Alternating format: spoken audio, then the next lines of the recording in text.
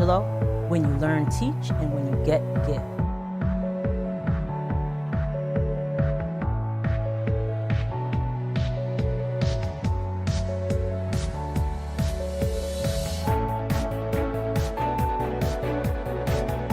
Have a great show. We have Dr. Roma Benjamin, and she's going to be talking about, the destruction of Black children through literacy.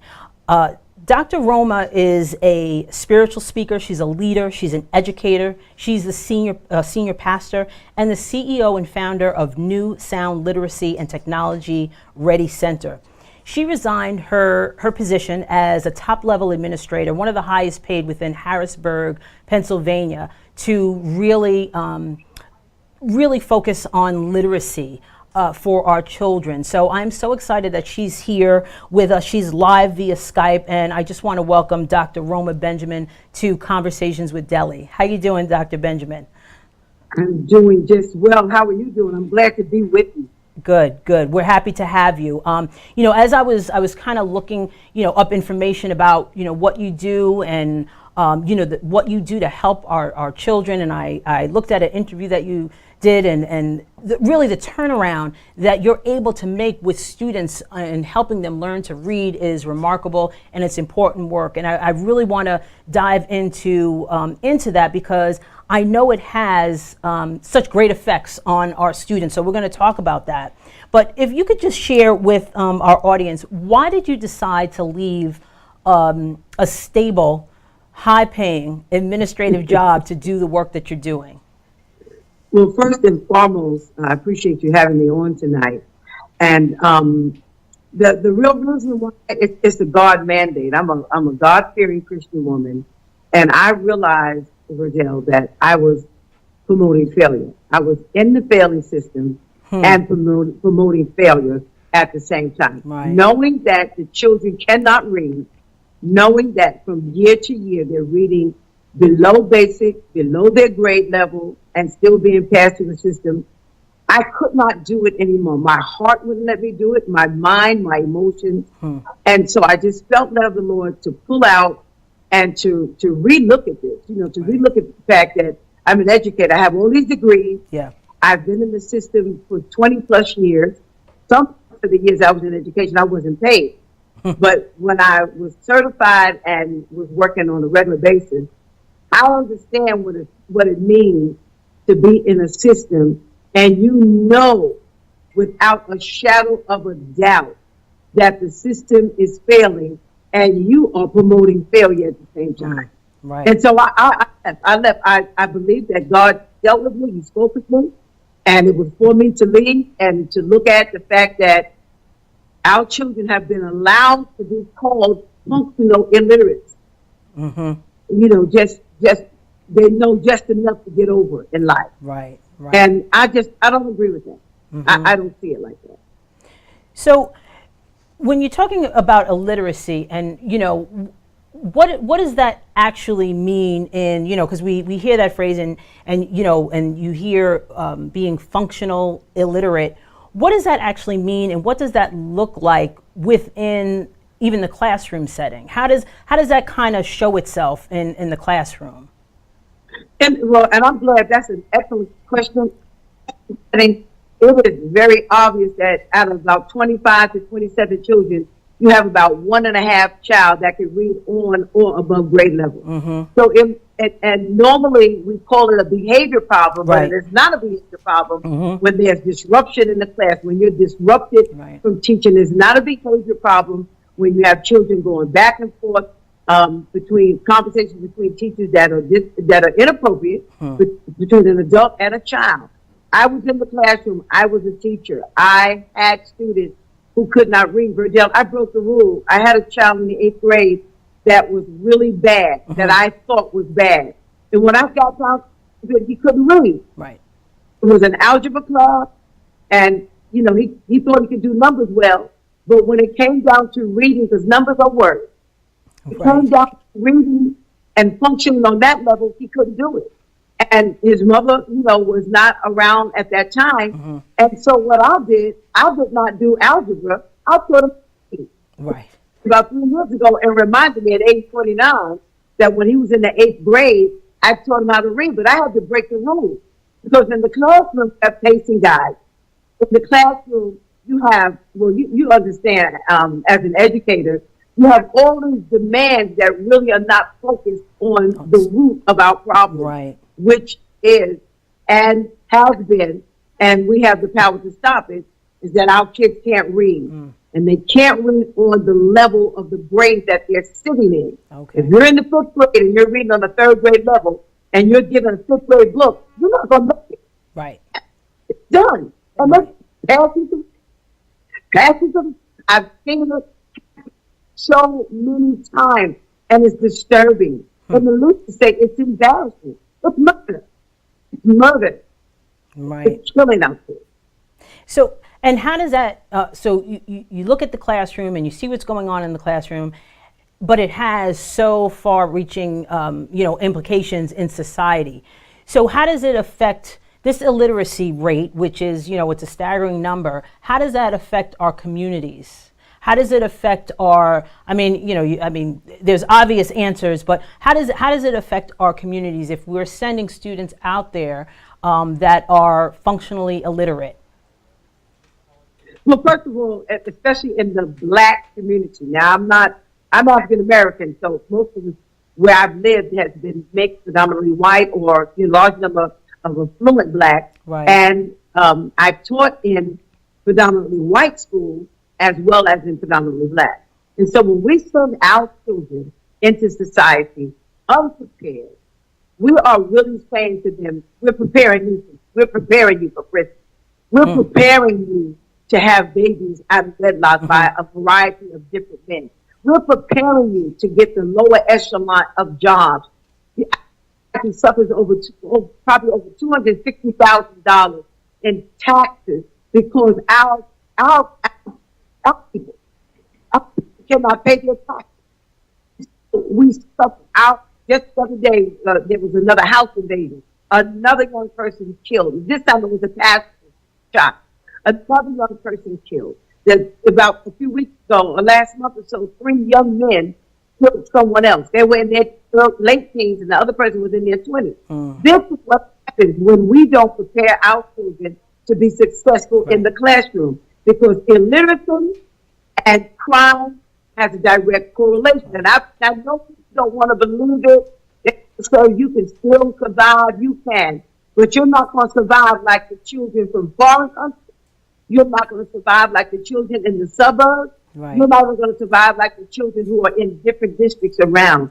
Black people have got to wake up to the fact that our society, our community are rooted in failure, because a lot of it is, we say, oh, they have one parent home.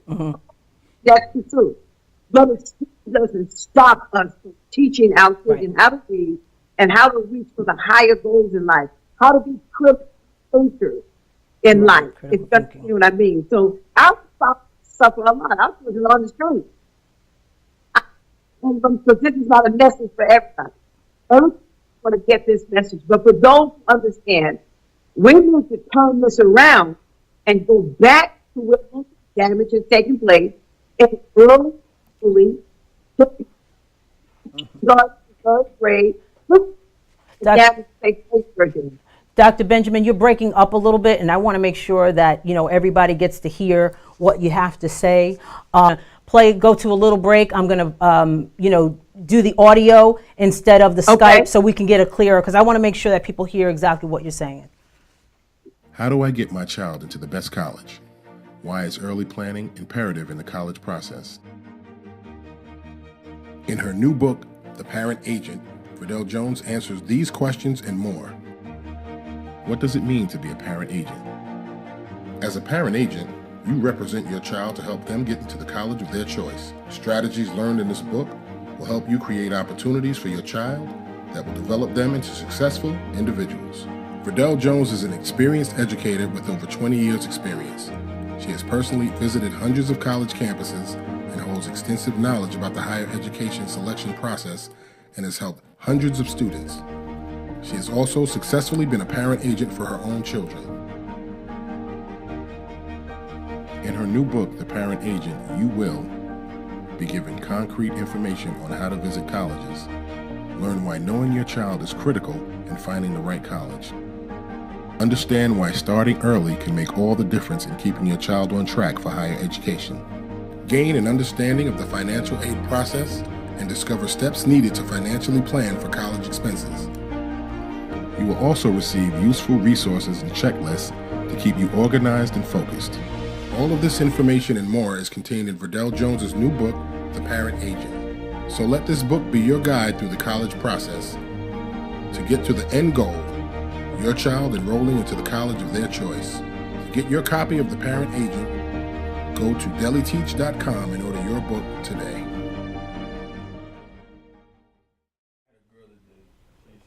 Okay, so we're talking to Dr. Roma Benjamin. We had a little, I wanted to make sure everybody heard what she had to say.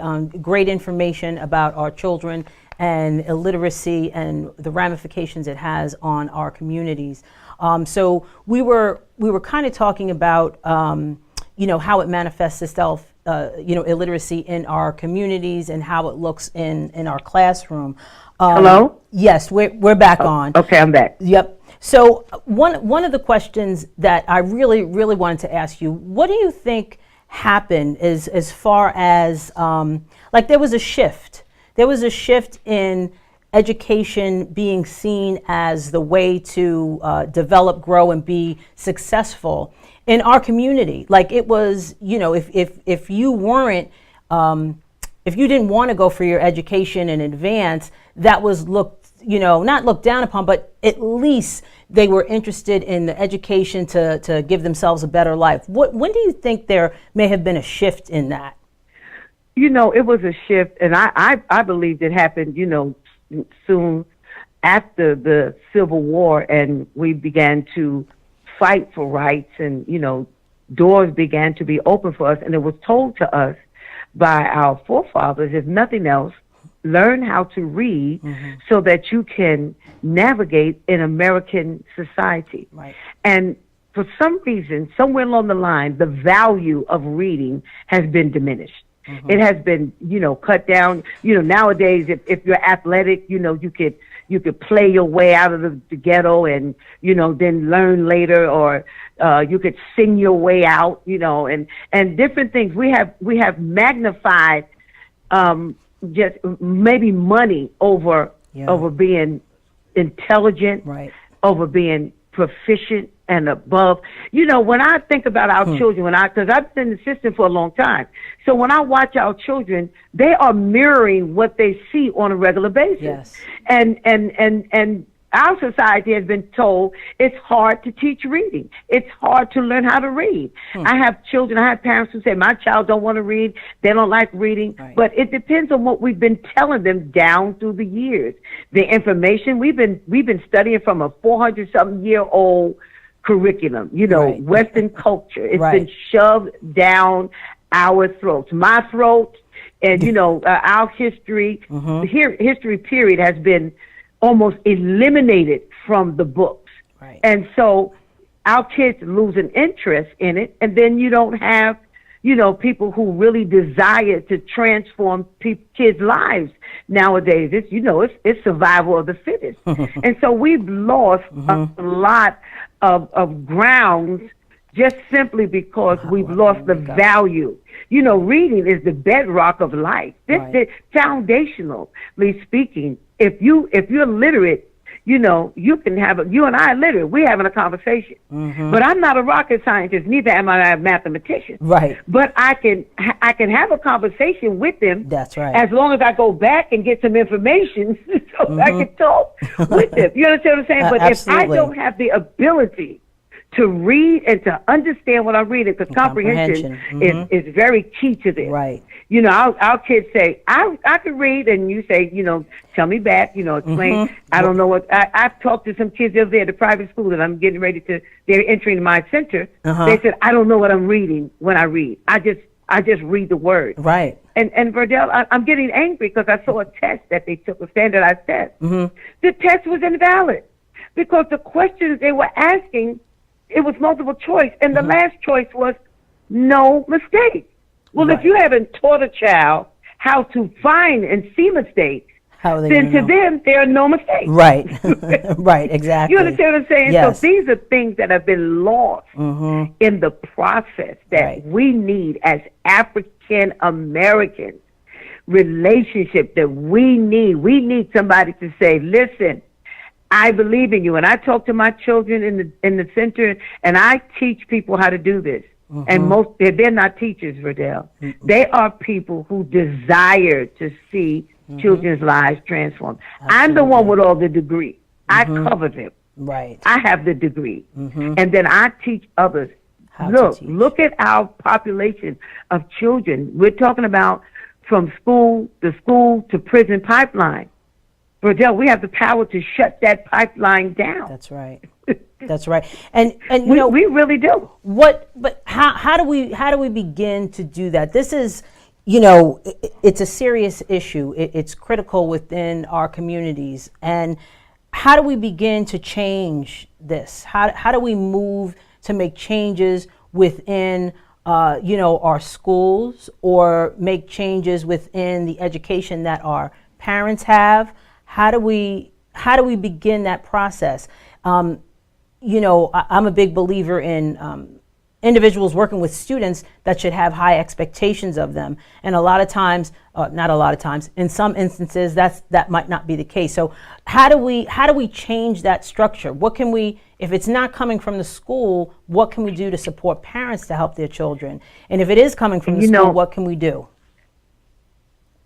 I'm glad you asked that question, because a lot of times, Verdel, we're fighting the wrong battle. I kept telling them that while I was in the system, it was like fighting an enemy that I could not see. Right. And you know, if your enemy is invisible, that means they can hit you and you can't hit them back. You know, so it's a fight. You're expending a lot of energy. You're doing stuff that you can't do within yourself. And so you hit the nail on the head when you said, what can we do? Right.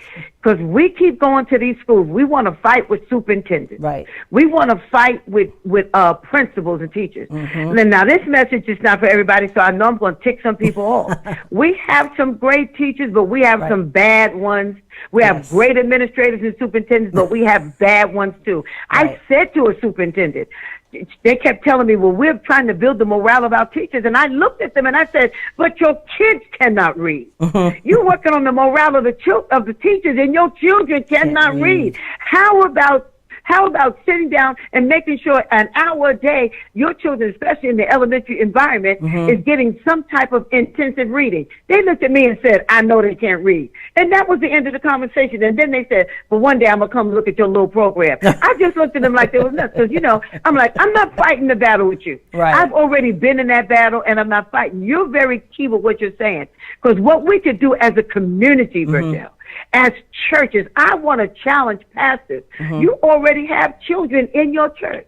Right. You can create literacy centers, can open up Anywhere. That means you're opening up a smaller environment to deal with a larger problem. Right. Right. You understand what I'm saying? Yes. We want to open schools and schools and schools. Right. And I remember when I spoke with Yusef Salon with Bright Minds, and I wanted to talk to Dr. Perry. He said, why you want to do the same thing that everybody's doing? Right. He said, you know those children can't read in your district. And I said, you know you are 100% correct. Right. Why would I open a school, put on a uniform of those kids, and still perpetuate the same problem? Right, exactly. So I address it like this: creating small literacy centers where you are addressing at least 8 to 10 kids.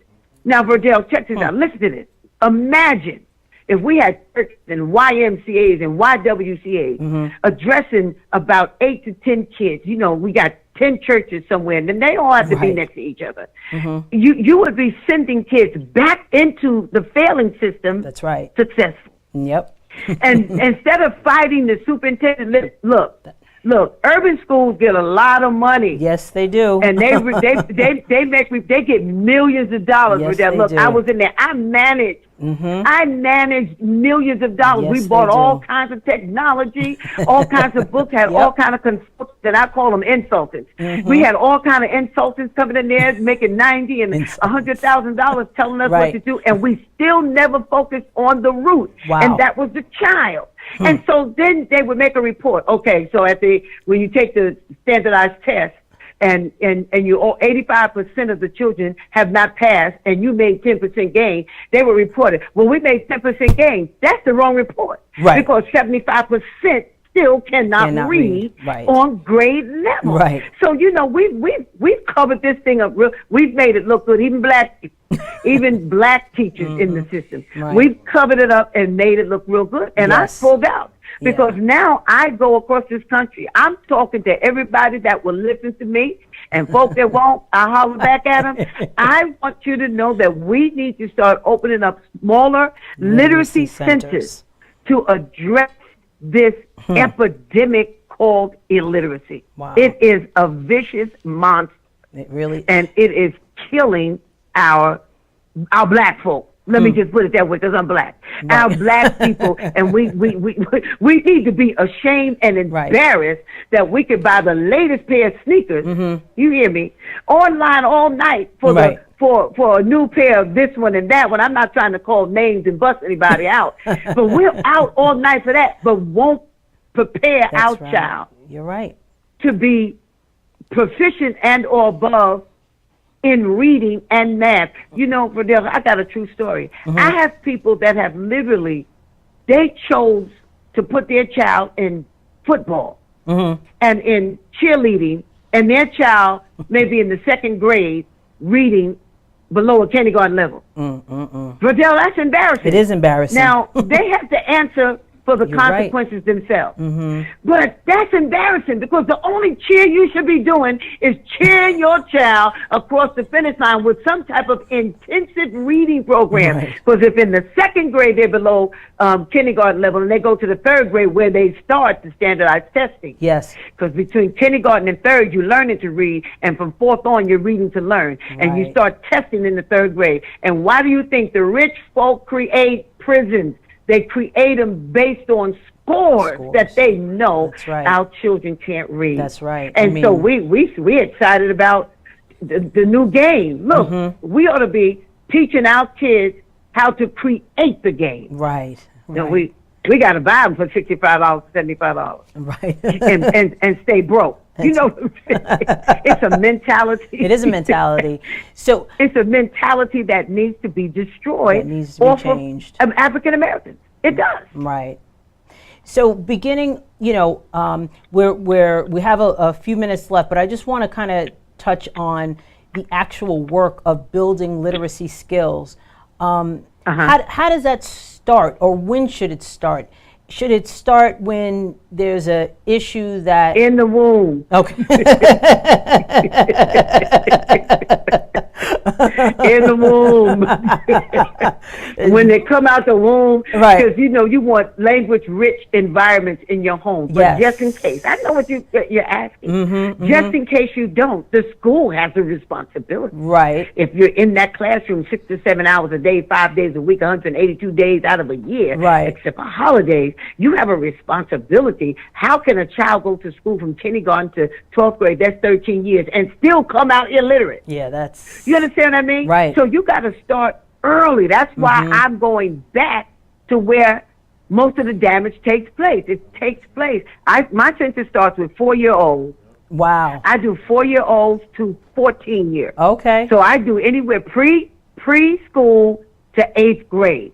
I'm not. I have not gotten the instruction to start with high school, because high school is grown as far as I'm concerned. Right. I taught high school, and I was the top principal in the high school environment and alternative ed. So I understand that you got to go back. People want to say, well, can we do, you know, stuff to deal with adult illiteracy? Adult illiteracy is really a child and an adult who cannot read. So I got to go back to where most of the damage has taken place. Right. And get them what is basic is still basic, and they are falling below basic. Then we got to go back and give them the basic to close that gap, and teaching them how to read, what the alphabet and the sounds that the alphabet makes, teaching them that. I'm telling you, it'll close the gap. We didn't take God out of school. We took phonics out. We took right. spelling out. You're right. They don't do that. They don't do that. We took the ability to write a sentence in a complete sentence. We took that out. Right. You're absolutely right. So what is your vision? You want, you had mentioned centers, little centers all around. Is that part of, your vision and getting the word out? And do you help individuals who might have the same passion? I mean, we should all have that passion to want our children to read, but do you help individuals be able to do that and replicate the success you've had with students? Absolutely, Verdel. That's what I'm called to do. That's my mandate. My mandate is not just to have a center in my church. I'm the senior pastor of New Wine Gateway Ministries International. I'm the director of New Sound Literacy and Technology Centers. But I train people. I have administrators and facilitators that I train on a regular basis that can do this with me there or without me there. And that's what I do. I go across the country. I was just with North Carolina last night and talking with California, talking with Atlanta, different people, South Carolina. I'm dealing with this. People get afraid of this because they think you can't teach reading. But that's the purpose of this, is to someone to catch on to this vision, catch on to this passion, and understand you don't need the school to change education. No. We can change the paradigm of education. And pastors. Put it in the church. Put it in the church. If our kids can speak in tongues, run around and dance and rap and do all that kind of stuff and can't read in English, we can. I'm sorry. I go there. I'm a little tired today. I'm going there. You're going there. We everybody have some type of religious conviction. Right. And so those that say they're Christians, hello, your God is in the Bible. So it's in the Bible. So, Dr. Benjamin, how can individuals reach out to you, contact you, get more information about you? If there's someone out there who really, is really connecting what you're saying and they're interested in doing the same thing, how can they reach out to you? They can reach out to me. Once again, I told you I use testoutkids.com. It's a very, very, very sufficient program, and then I incorporate other things. I'm an educator. So the best way to get me, instead of going to email and to websites and all that kind of stuff because they get overloaded, call me. Okay. Here is my number. Okay. And you're going to write it down too, Verdel? So I'll have someone write it down for me. Yes. Okay. My number is 717-439-9922. Okay. Once again, 717-439-9922. And I return calls within a 24 to 48 hour turnaround. Okay. And I answer my phone unless I can't answer it, but I will call back because I understand that this is a God assignment. Right. Listen, I left 6 figures. I ain't had a paycheck since 2014. That's right. All I can tell you is that God has kept me in this process. But I'm looking for people that, say, well, if I can't do it, let me help finance you. Let me get you laptops. How do I start it in my community? How do I bring it to my pastor? How do I bring it to the CEO of the Boys and Girls Club? That's what I want to do, and that's what I do, Verdel. Okay. Well, Dr. Benjamin, I want to thank you so much for joining us. It was engaging conversation, so interesting, and the work you do is definitely needed, and I hope people who are watching out there understand the importance of what you're saying and how we can help and make a difference in our children's lives. So I want to thank you for joining us. Thank you so much for having me. It's time for the revolution. That's right. The reading revolution. Thank you so much. So we're going to thank you. So we're going to take a quick break so we can get our next guest on, and we can just show who our next guest is, Mr. Heath Broughton, and we're going to bring him on. Okay, so we are back. And as I said, we had two special guests. So this is our other special guest, Mr. Heath Broughton. And I've known Heath for maybe about a year and change or so. He's an educator, he's a counselor, he's a community leader, and he's also the founder of Man in the Mirror. And one of the taglines that I saw on your website, it said, "Education through exposure, taking care of communities that take care of us." So I'm so excited to have you on the show to talk a little bit. And I really want you to, I love what you're doing in the community. I absolutely love it. Every time I'm on Facebook, I see something going on that you're doing, and it's helping, like, you're empowering not only our youth, but the parents too. So that I really love, what you do. If you could just tell us, what is Man in the Mirror, and why did you decide to take this endeavor on? Well, Man in the Mirror, first of all, let me correct you. Okay. It's not me, it's we. Okay. Nothing gets done by me personally. I just was the one who was given the assignment. Okay. And through obedience of divine, I have to fulfill it. Right. That's why I'm always calling you for help. Right. And the bigger part is moving myself out the way. Yes. To allow other people to come share their gifts and Right, talents. yeah. The sister who just was on, she's getting a phone call. Right. That's a part. We have a juvenile literacy program That's with right. Man in the Mirror. That's how I met you, through the book fairs at Right. Barnes and Noble. That's right. So what happened is that we are really a product of obedience of God's command to take our communities back. And the communities is not just one neighborhood. Right. It's everywhere. It's everywhere. You know, we have a stronghold on Long Island because no one is dealing with Long Island. I remember I had Magic Johnson one time, and it was for inner city monies. And I hit him with the question of, what are y'all doing for Long Island? Right. Everybody just forgets about Long Island kids because they think that they are well off. Right.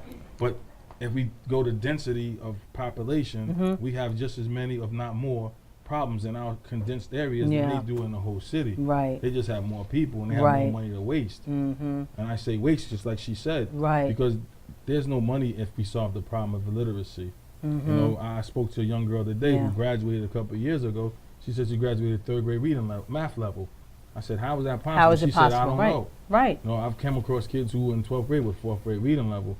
I concur with exactly what she's saying. No matter what you can read but not comprehend is not helping you out. No. But we're going to throw you against the wall, and then the wolves are going to attack you, and you can't survive in that at all. That's right. You know, we are passionate about our careers as counselors because it's not just the social work or the education. It's the whole joint. That's right. Of the family. That's right. If I educate you, but your family is still illiterate or incompetent, you're not really winning anything because the only thing you can do is leave them behind. Yeah. But if we educate the family, the friends, and the whole environment that they're in, now that becomes infectious. Yeah. You know, most people don't want to solve these problems. They will hire illiterate people themselves because they have to continue to be the strongest, smartest person. Right. I don't want anybody around me who's not willing to be smarter than me. Right. And once I become the smartest and no one else is gaining, it's time to move on. Yeah, exactly. You know, I'll call you in a minute because if I don't know something, I'm going to ask because I need to give the right information to the right people. The right people, exactly. So you have a lot of, programs that, you run through your team, because like you said, it's we, because and it is a team. Every event that I have participated in and gone to, there's always a team, and they all have the same vision to uplift our youth and encourage our youth. Right. What types of programs does Man in the Mirror do? Just name some of them, because you have a lot of things that you do. So what are some things that you do? First and foremost, my passion is my juvenile literacy program. Right. Is that a new initiative, or you've been doing that for a while? We've been doing it for a while. Not the literacy, I meant the prison. That's what I, yeah, so, okay, so talk about, that's right, okay, go ahead. We'll start with juvenile literacy, because that's the most important one. And because if you can't read, it's not that you can't read, also, what are you reading? Okay. A quick story, I was a counselor in the middle school, and I had a 6th grade girl who, she was getting into a lot of trouble. And I used to run detention, and the girl would not been in detention, but she wanted to stay after, read, to hang out, because there was nothing to do. And I found this book that she had, one of those ghetto novels or something like that. Yep. And the funny thing, on the end of it was, I'll be on correctional facility, which is a female facility. Oh, wow. But she said her aunt had sent her. And I'm sitting there Wow. like, this book is really mature. Right. And her right. comment to me was, she Right. said, at least I'm reading something. Right. And it just took me to a whole nother level when I said, you, and that was spawned everything from there. Yeah. Was that as long as you're reading something that you love to read, you'll read. My goal Absolutely. with you guys was when we had the book fairs was that we can find out the books that our people want to read and need to read. Right. And where their interests are, they'll continue to read. That's right. So if I'm giving you a book that has no interest to you, you're not going to read No, it. you're not. You're going to put the book down. It's nothing about me. That's right. What I need to know this for. Right. You know, and if you're a doctor, I'm not going to give you a dentistry book. Right. Right. You're not going to read Yeah. it. So now we have to find out what is our kids looking to do to be environmentally sound, to be environmentally productive, and be productive in their own communities, not just when they're in their communities, but when they leave as well. So now if I got a kid who's productive here, no matter where they go, they're going to take it with them. They're going to take that. And It's going to embody who they are. It's going to embody the Right. community. Yeah. It's true. Yeah. And so now, because I'm a pillow in this community, I already know what it is to be a pillow in another. It may Right. take a little longer, but we attract negatives, so we attract positives. I'm going to find that person. You know, as many obstacles that we run against as being black educators all day long. Right. And as a sister shared, not all of us are in the same fight. That's right. Some are a paycheck. That's right. But not understanding that your paycheck is only as good as the kid that you sent out for. Our reward isn't going to be here. It may be the kid who goes off and becomes the next Bill Gates or somebody who remembers, hey, Miss Verdel Jones helped me out. Right. Now, what do I need? I need money to run this program. Right. It ain't for me. It's for Right. the next person. It's for the next person. Giving back. Yeah, exactly. All day Reaching long. back. Yeah. And not be ashamed of what people's past bring to the table, because their past prepared them for that next level. Absolutely. So if I stop looking at this person with this evil eye of what they did, not who they are, I'm losing out. Right. And it becomes selfish of me because I'm forbidding anybody else from becoming who they should be. I'm just a joint. And every joint supplies is what the words say. So now if I forbid myself from doing what I'm supposed to do because of my personal vendettas and energies, I'm no good. Right. I'm going to be punished. Moses never took the people into the promised land. He was assigned, but he was disobedient. Right. So many people left the opportunity to go there to the second generation on it. So he never saw his works done. I want to see my works done. Right. So, in addition to the literacy program, what other programs? I know I went to a wonderful event you Evening had. program. Well, I went to the scholarship brunch, Yeah. and just to see the students, you know, up there, they're proud, and they also got bed linens, and so talk a little bit about your work with students in reference to. You know, were those students who got the scholarships students that you worked with, or were they, like, how did that come about? It's so funny that, again, I'm just getting in the middle of the night, I get a vision Right, to yeah, do yeah. something. And what it said was that we always talk about scholarship, monetary scholarship. Yeah. But me being a graduate of HBCU, understood that I met this one kid who came in with a suitcase. Yeah. That was it. Wow. And he said, I had Wow. to get off the farm. You know what I mean? So I understood his passion was he had to be successful for the family. So going to HBCU gave me that opportunity to see so many different walks of life Right. for so Okay. many people. Okay. So what happened was, like, I watched so many kids take monetary donations, because that's what they are. They're not scholarships, they're donations that they never see. And if they don't complete those things that they're supposed to be obligated to, they don't receive the rest of the benefits. Right. So I said, what was one of the biggest things that most people didn't have or want to do? Remember, you're on a campus for 4 months minimum, you know, per semester.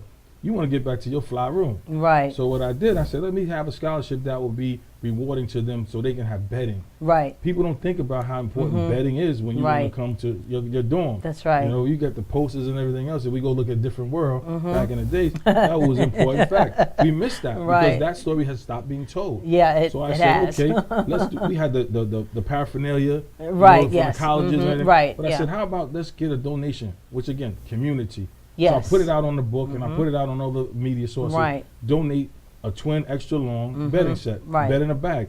So now what I did, I put out an essay on my webpage, which is themitm.com, and I said, donate. We're going to give these kids bedding. So Right. we had a 500-word essay and an application that they had to fill out. And once they did that, we just went over it. It really was simple. Whoever put in for it, we was going to get it. Right. So I had people from all over the country sending me bedding. Right. I had at least 50 bedding sets that were Right. there, you know. And so what I did, whoever fulfilled it, because it was so easy to do, but most people didn't want to do it. Right. 500-word essay. Right. What do you plan on doing with your degree once you get it Right. in your community? That's simple. And that was it. That was it. We, being counselors, we understand those essays can be forever and a day, but it's simple. Right. And what happened, we invited you as a guest speaker because I wanted you to educate the transitional part of that whole thing from leaving high school to college, which so many kids fail because they're not prepared.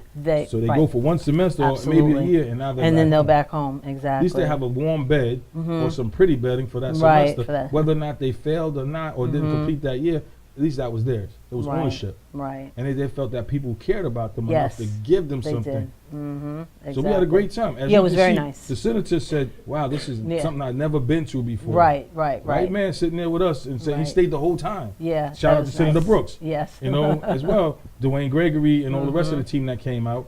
So now our thing was that let's keep these kids engaged, that someone cares. Right. So, and the thing also that I really appreciate and love is that, and I remember our first conversations, you were talking about how you want to make sure that the students, the kids know, the children know that you are there for them, not just for one event, but for the long haul. You know, you also have the, you know, the students come in and play basketball, and then they have a guest speaker come in. You know, so it keeps them engaged, and they know that they can come to you, your team, for things that they need. You know, so whether it be support or you know, food, you fed them. Of course, that was a community incentive as well. Because I partnered with Bimbo Bread as well as the community markets. And they gave us hot dogs, hamburgers. They gave us macaroni and cheese. I partnered with Long Island Cares. They helped out a lot. As well as we had peanut butter and jelly night. You know, and a lot of times what we did, we would tell these young people because we knew that one thing we couldn't leave them with was with an empty belly. Right. So if you wanted some food, take it. And if you wasn't ashamed to take it, let us know. We'll drop it off at your house. That's right. Because maybe you're not hungry, but what about your little brother, your little sister, or even your mom? That's right. So it went beyond the scopes and the barriers of that facility that we were in. You know, and we offered free tutoring. We offered parenting. All the guest people who came in were on volunteer basis. But also we knew that we had access to them outside of that place. You know, I'm going to come see you. You don't know where you're going to see me. I'll be riding my bike through town. You know, and we gave them incentives. What you said was important was that those who participated in more activities were first picked for other activities that were being done. Okay. So if you came to 5 events, because I know some of you didn't want to go to, you were top of the list. And what we did also, one thing that we always do is we raise funds that really limit the problem of not having some kid have money. So it's across the board for the pay. So what happens, we get more money than we have tickets. That kid never know who didn't have money. And the excess money, that's food money. Exactly. It's non-profit. Really, to me, it's non-profit. Really non-profit. Let's call it what it is. Really non-profit. Because whatever we put in, we put it back in. We're provided by. We're going to be taken care of no matter what. If I'm unemployed, I'm still going to be taken care of. Which, again, I walk that walk. And I can share that with them passionately that whatever you need, we're going to, you're ours now. You hear me say that all the time. Once you're introduced to our team, we're responsible for you. No longer is just your parent. We are now designed by purpose to take care of you. It takes a village, as they say, right? It takes a village, but also it takes us knowing that it's bigger than us. It's so much bigger than us. But our reward for Man and Mary is that one kid who made the difference in themselves, that's what we're looking for. We try to do weekly incentives of not the kid who's the smartest kid in school. We don't care about that kid because he's going to be taken care of. What about the kid who got the 1-2% raise in their scores? Who went from this week out of 50 on a test to a 75 next week. We have to feed that. Because if not, they were like, well, I did this. And we as black folk always going to say, we need instant gratification. So now if I'm rewarding you, now it gives you the incentive to constantly want to do better. So I know you have an event coming up. I believe it's October 14th. Can we just show, I want to show everybody the information on the October 14th flyer. It's the next one over. There we go. So explain a little bit about what this event is on October 14th. This is an event that, again, divine. I was in the middle of the night and said, "Yo, you got to do something different." We're always out the box. Nothing that we do is really, constitutionally sound. You know what I mean? When I say that is because I can't go by what your rules say. So I've looked at all the problems that we have in the communities, and this is Long Island based. because it's not just Suffolk County, which our home office is in. Right. So we said there's a problem. There's an epidemic all across the board of heroin. Now is the new phenitol, whatever it's called. It was on the news today. Fentanyl. All these things are going on, but it's not in our backyard right now. It's in others, but they're still our kids. That's right. Yeah. You know, and if it affects them one way or another, they're going to find a way, because we are one of the highest consumers monetarily. Because they're going to find a new way to get us high with the drugs. So, and I have so many friends. Valerie McFadden, she runs a really big program, knowing every kid who got shot or killed on Long Island. So I said, this is not going to stop. The epidemic is a cycle that violence creates drugs, drugs creates violence. Right. So it goes Vicious cycle. round and round, vicious cycle. Right. Where you fit in and where you get off the bus is two different things. So I said, hey, let me do a walkathon. But in a walkathon, it's not just a walkathon. I want you to talk to others who are involved in this as you're walking around Belmont Lake. Okay. But it's also a family day. Bring your family out, bring your chairs out, bring your picnic baskets and everything else, because we have vendors here that who serve those communities are affected by drug and violence. Right. Probation, the precincts are coming out, the politicians are coming out. Okay. So now you have a face-to-face chance to meet those people who have the answers or have the resources that you may need that you're not aware of. And now we're partnering with Nassau and Suffolk County because the epidemic is across the board. Across the board, right, exactly. So here, bring your chair out, spend the day, it's free. You know, $20 registration for those who want to be participants of it, which gives them a t-shirt and water bottle. It's sponsored by Suffolk Water Authority. Oh, okay. They're going to have a water truck out there and everything else. But the vendors that are coming out are the ones who have services that, listen, we all got to work this out together. Exactly. Because if you're sacrificing yourself to help somebody else, that's the reward. You know, and $20 registration again, or you can donate if you don't want to walk. It's a 3 to 5 lap walk. Oh, okay. You can choose. Okay. 3 to 5. So it's either 3K or 5K. Right. You don't look at it that way. Or you can just say, I can't walk and I'd rather donate to the cause. Okay. All proceeds are going to programming for drug and violence prevention. Okay. Okay. And whatever else we need our kids to have. So how can, because we have probably like a minute, so how can individuals support, donate, help, reach you? How can they contact you? My website is the MIMT. I think we have a screenshot of the website too. So let's just show that website. It's the THEMITM.com. And that's where you can go. You can register. You can do all that. That's by one resource. So that's a plug for him as well. Another brother who's out here trying to get business. Right. Or you can reach me at 631-748-8190. Matter of fact, the information is actually on that flyer for the for the event. For the event. Okay. All that information is there. You can reach out to us, email us at yougotmail@themitm.com. Okay. So, however, I'm always around. Right. I know. I always always see you. I'm out supporting community events as well, which is very important to me now. That sometimes we don't get along with people or organizations, but we still have to support them. Yeah. I can never say I'm for kids and I'm not at a kid event. Right. Okay. That's hypocritical. Right. With the hypocrisy that these kids deal with every day, why would I be a part of that? So I'll be at anybody's event that we're talking about that's sponsoring and supporting our kids. Right. Reading is number one. Reading is number one. Reading is number one, no matter what, especially with Common Core now, everything is reading. Reading is everywhere. It's fundamental. Except for on our devices where they use these codes, encrypted codes that we don't know. Right. They do that on purpose. Of course. So I want to thank Heath for coming here and speaking with us and sharing with everybody all the good works that you and your team, our team. Your husband's been around. We grew up with common friends. That's right. And that's what's important. I know. It's how we reflect and go back to our roots. Right.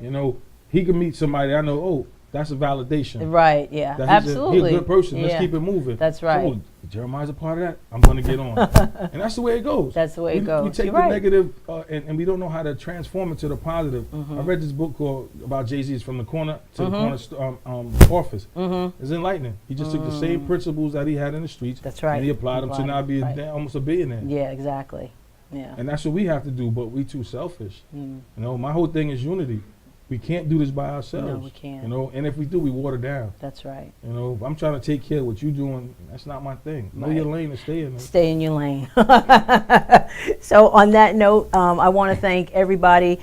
Heath, again, thank you for being here. Thank you for inviting. Dr. Roma Benjamin, and I also want to make sure that I give a shout out to Nancy Vargas Johnson, great supporter, sponsor. She's a realtor, so if you're looking to buy or sell a home, she's your girl. Make sure you give her a call. She's your woman, so make sure you give her a call. So again, I'd like to say good night to everyone, and again, thank you for watching.